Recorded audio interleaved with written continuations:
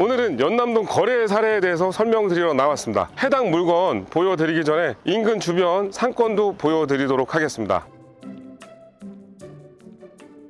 자, 여기는 제가 예전에도 방송에서 설명드렸던 이 연남동 그 확장 오피스 상권 뒤쪽입니다. 지금 보시는 이 건물들이 재작년, 작년에 팔렸던 건물들이에요. 그리고 신축을 해서 다시 팔았던 건물도 나오고 있고요. 보시면 여기도 세 갈래길이 있는데 이 뒤편은 연트로파크 공원 쪽으로 가는 길이고요. 이쪽 라인도 주택가에서 하나, 둘 근린생활시설로 변모하면서 사무실이나 카페, 상가처럼 많이 변모하고 있습니다. 제 뒤에 보이시는 이쪽 라인, 놀이터 이 기준으로 해서 양쪽 길 사이로 매매가 작년과 재작년에 거래가 많이 되었습니다.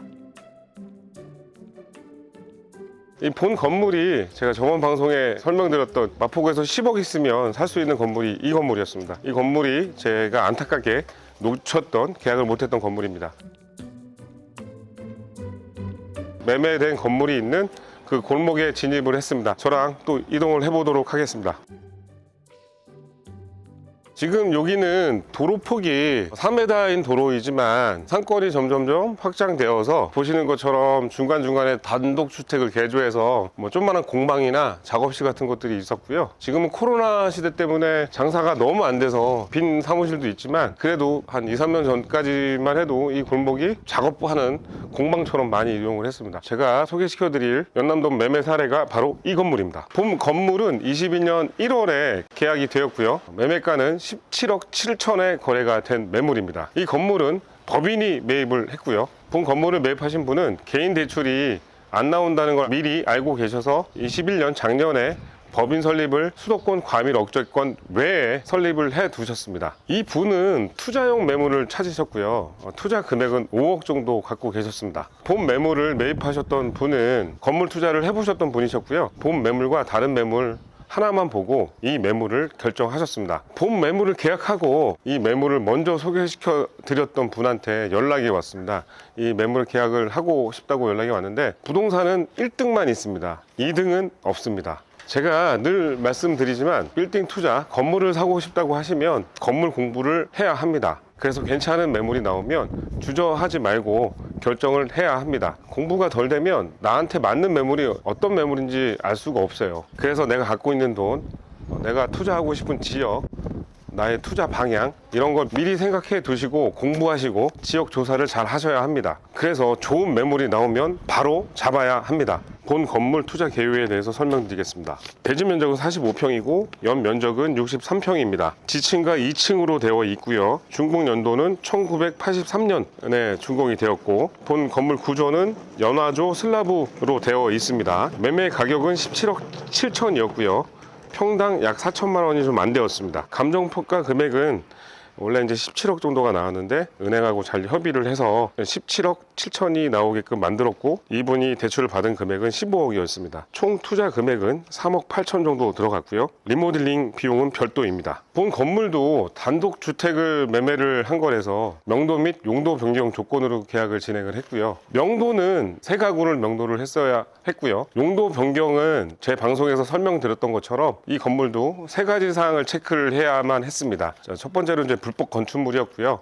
두 번째로 주차 대수, 세 번째로는 정화조 용량이었습니다. 이 건물도 불법 건축물이 있었습니다. 이 건물을 83년에 건물을 지었던 건물이어서 건축 도면이 있어야 되는데 건축 도면이 없어서 건축사가 직접 와서 내부를 실측을 해서 대장과 맞춰갖고 용도 변경 신청을 했고요.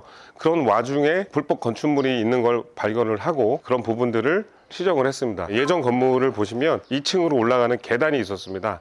근데 그것도 불법 건축물이었고요. 그리고 2층으로 올라가는 계단과 복도와 주방이 있었는데 그것도 불법 건축물이어서 다 철거를 한 후에 용도 변경을 진행할 수 있었고요. 단독주택이라 주차 문제는 큰 문제가 되지 않았고요. 정화조 용량은 이 건물도 예전 건물이라서 정화조 용량 증서를 했습니다. 본 건물을 매입하신 분은 신축을 할지 리모델링을 할지 좀 고민을 하시다가 리모델링으로 방향을 잡았습니다. 이유는 요즘 신축 공사 건설비가 근린생활시설 건물을 지으려고 하면 평당 800만 원이 나옵니다. 근데 말이 800만 원이지 실제로 공사를 하면 더 나오기 때문에 이분은 리모델링과 한계층 증축하기로 결정을 하셨습니다. 증축을 하게 되면 단계가 어떤 과정을 거칠까요? 단계에 대해서 간략하게 한번 설명을 드리겠습니다. 자, 맨 처음에 이제 명도가 되어야 되겠죠. 그 다음에 이제 용도 변경을 진행하는데, 이 건물은 사무실로 임대를 주기 위해서 근생 건물로 만들기 위해서 용도 변경을 근생을 했고요. 물론 대출을 받기 위해서 용도 변경을 근린생활시설로 했고요.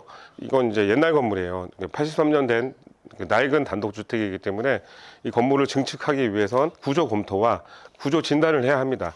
이 구조 기술사가 이 일을 하게 되는데, 여기서 빔의 위치, 빔의 개수 이런 거를 다 계산을 한 다음에 그 결과를 건축 설계사가 총체적으로 도면을 그려서 구청에 이제 허가를 받게 됩니다. 이 허가를 득한 다음에 이제 리모델링 공사와 증축 공사를 하게 되는 거고요. 완료 후에 검사를 받게 됩니다. 이 과정이 보통 3개월에서 4개월 정도 걸리는데요. 요즘은 건축법이 많이 까다로워져서 기간이 조금 더 걸릴 수도 있습니다. 본 건물은 지층부터 2층까지 있는 건물입니다. 지층에는 두 가구로 나눠져 있었고요. 이 건물을 매입하셨던 분은 투자 목적으로 매입을 하셨고, 하나를 또 요청을 하셨는데요.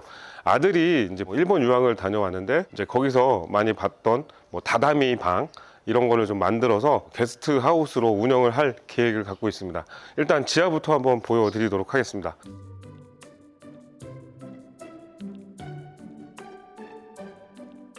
이렇게 이제 두 가구로 이쪽 한 세대랑 저쪽 한 세대가 있었는데, 이제 투룸으로 돼 있었어요. 이제 매수를 한 아들이 여기다가 이제 좀 이쁘게 다다미 방처럼 꾸며서 게스트하우스를 운영하고 싶다고 합니다. 자, 첫 번째 가구였습니다. 두 번째 가구로 이동하시겠습니다. 지금 리모델링 하기 위해서 좀 이렇게 까보고서 한번 봤네요. 자, 여기가 이제 1층이에요.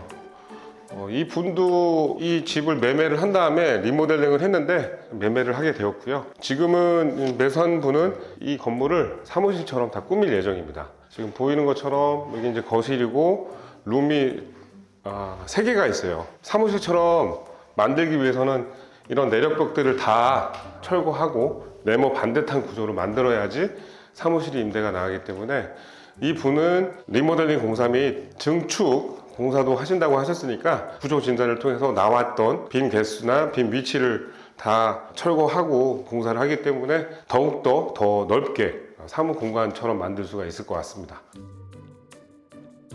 원래 여기는 이제 2층은 따로 전세를 두었기 때문에 여기를 이제 문으로 막아놨어요. 이렇게 합판으로 이렇게 막아서 아예 분리된 공간을 만들어 놨는데, 지금은 공사하기 위해서 용도 변경을 하기 위해서 외부 계단을 철거했기 때문에 이렇게 내부 계단을 만들어 두었습니다. 이쪽으로 이제 외부 계단에서 이쪽으로 들어오면 복도였고, 여기 이 공간이 주방이었는데 다 용도 변경을 하기 위해서 다 철거를 했습니다. 2층 공간에 좀 층고가 높았어요. 얘가 이제 연화조 슬라브 구조라서 이제 위에 슬라브로 마감을 했고요. 근데 이 분은 어차피 한 개층을 증축을 한다 그랬으니까 여기 있는 이 슬라브를 다 튼 다음에 보강을 하고서 한 개층을 더 올릴 것입니다. 그러니까 룸이 3개가 있습니다. 여기도 사무실로 쓰려고 하면 보통 사무실 구조는 네모 반듯한 구조이어야 하기 때문에 다 철거를 통해서 반듯한 작업을 해야 합니다. 오늘은 연남동 거래 사례에 대해서 설명을 드렸고요. 본 건물은 오피스 확장 상권에 위치해 있습니다. 역 근처에 매물이 비싸지고 수요가 많아지면서 상권은 확장하게 되어 있습니다. 이곳도 그 중에 한 곳이고요. 서두에서도 말했지만 4억을 갖고 싶거나 빌딩을 투자하고 싶은 분들은 건물 공부를 미리 해두시고 기회가 왔을 때 머뭇거리지 말고 잡으세요. 기회는 머뭇거리다가 이미 공부했던 다른 누군가가 그 기회를 가져가게 됩니다. 자, 오늘 방송은 여기까지 할 거고요. 다음 시간에 더 좋은 내용으로 찾아뵙도록 하겠습니다. 자, 그럼 고맙습니다.